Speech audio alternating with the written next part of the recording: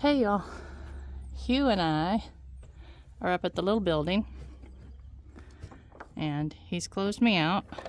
I was going to show you this little building.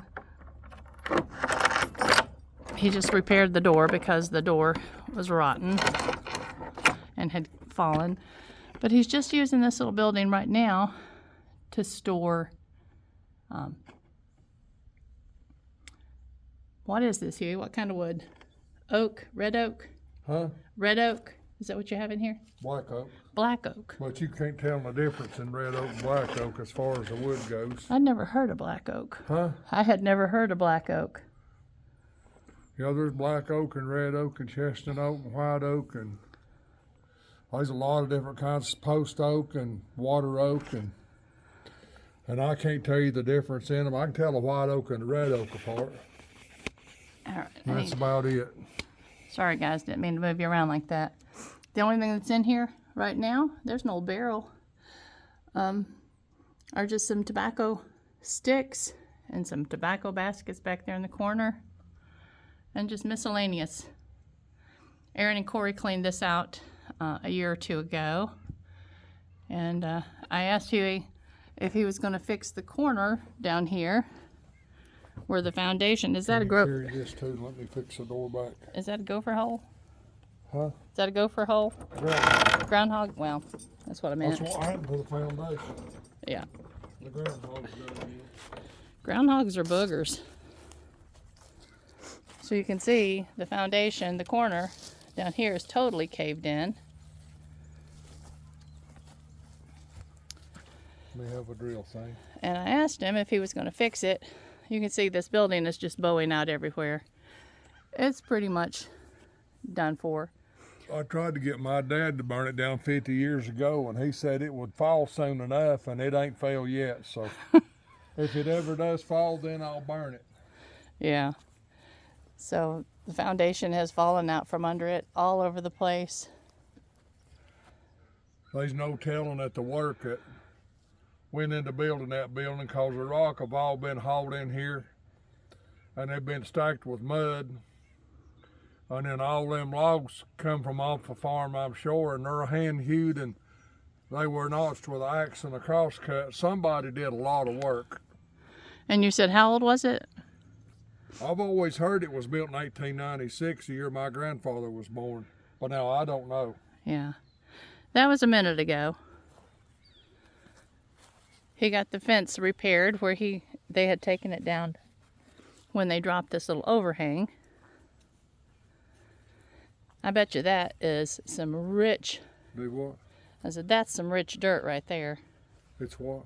Rich dirt. You ain't kidding. Rich I'm dirt. gonna get them rock picked up around through there, and I'll probably work that up, and we'll grow something there. Yeah. I don't know what, but we'll grow something there.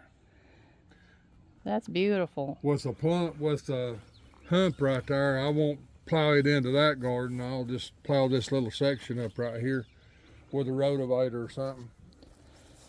The cattle, well, you can see there's still even some fresh cow pies in there right now. But this was their place. They like to go in here out of the weather, out of the sun, when it was raining or whatever. And I asked you if he was going to build just a small one back for them, just a small overhang, so they could go under it. And he said no. He said they can go in the other barn. That barn over there is always open. That barn over there is almost to the point of falling too. We have lots of very... I'm out of T-post clips, Patty. We need T-post clips. I gotta go get some T-post clips. That is a T-post clip, for those of you that are unfamiliar with that term. But a lot of the buildings on this farm are... Me and Bayla walked up that fence, and there's a couple places up there that need attention, but I need the clips to fix it too. Okay. We got to make a trip out today anyway. I had my old frames, I had new lenses put in them, and they're at my optometrist's office. I need to go pick them up. So we'll be making a trip out. But there's lots of old buildings on this farm. Broke teeth clip. I need to look them over. There's a lot of broke clips. Yeah.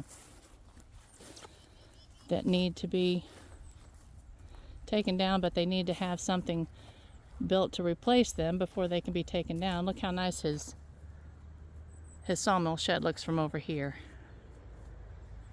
Yay! He and John are going to put the tent on it this week. That will be lovely. And then the sawmill will be dry, unless it comes a really driving rain and blows in from this side. But they did a wonderful job. Wonderful job. Now, Hugh's got to mush and start cutting wood for me, because let me show you the next projects on the list. We have came up with some solutions that will allow us to go ahead and have people coming this spring.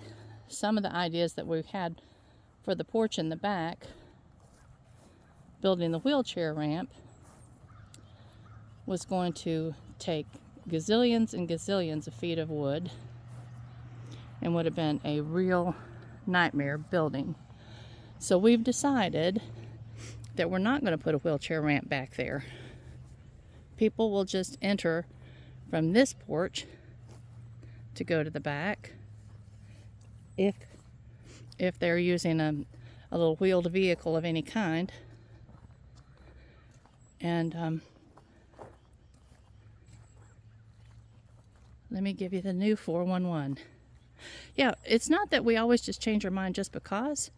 We're just trying to think of, more convenient ways of doing things.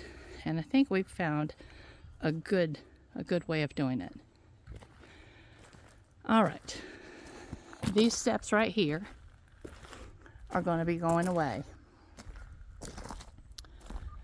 And the wheelchair ramp will be starting about midway of this wall. And it will be going all the way up to this corner. There'll be a landing at this corner, and then it will be coming all the way up to the center opening, and then there will be a landing right there. And then there will also be steps coming down on this side of the landing, so folks will have the option of using the ramp or the stairs. And on this side, this opening right here, there will just be a railing. On this side right here, there will be these holders for our flower buckets, 2 of them, one down about 18 inches and one up a little bit higher, high enough to accommodate one another. That long one that was going to go over there is going to be cut down to use in this opening behind my little glider. And there'll be 2 right here. And then this opening right here will have a railing because it's going to be completely closed off. So I told Chelsea, I think that having the bouquet bar, or as Lisa Ziegler calls hers, members only, offering an opportunity people can come and choose their flowers for themselves. If they don't want to go and do the U-cut, they can just come and choose what has already been cut for them to choose from, and that will be those buckets of flowers hanging in that location and that location. And that was kind of my original idea with this porch. But then we decided to do everything at the back of the house, and this one kind of just got put on the back burner. Decided not to do it. But we're back to that idea for multiple reasons. But in order to accommodate people coming in and out of this side of the house, I have to build a really big doghouse in my backyard. In the dog lot, there has to be a really big doghouse that will have, heat in it, because my babies are used to being warm if they're inside. But I think down there in that corner, or this corner over here, I'll build a dog lot or a dog house that will be probably about a 5 by 8. That will accommodate all of them. They might crowd a little bit. But when we're expecting people to come in, and especially if they're going to be using this restroom on this end or walking through to the other end for classes, then the doggies can go outside and they can, people don't have to worry about, my doggies wouldn't bite anybody, but I understand that some people are fearful of a dog, and my doggies, just because of their size, could just by leaning against somebody knock them over. So that'll take care of that. And then we have plenty of parking. Justin and I were talking this morning, the area over there, when it's cleaned up, and we're still going to do the corner, I'm going to call it just a Saturday market. I don't know. That will probably change. But anyway, we're going to have just a little in the corner where that tire's at. Right there. Just a little open market building right there to sell extra produce, to sell our flowers, to sell the barn quilts. Whatever we have available will come out here. And we've talked and just considered the idea of just having a self-serve. A lot of people do that, and yes, you do take a risk, because you always risk somebody, just stopping and picking up what they want and not paying.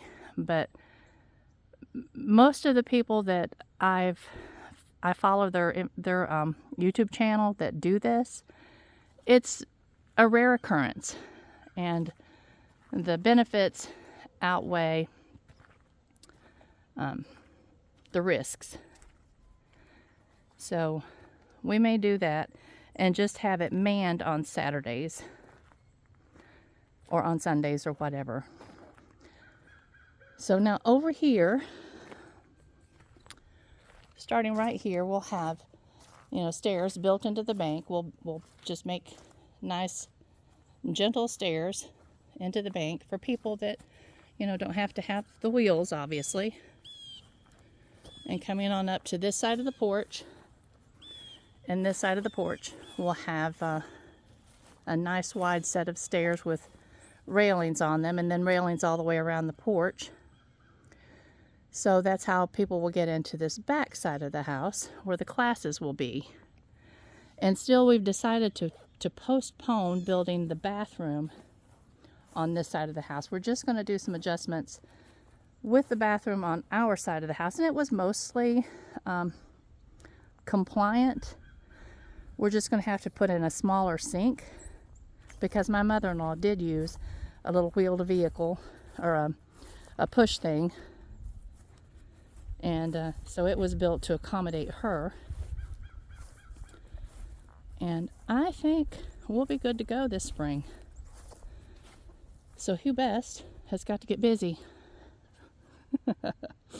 He needs to get me lots of wood built or cut. I've told him before that I could come over if he just needs to teach me how to use that machine.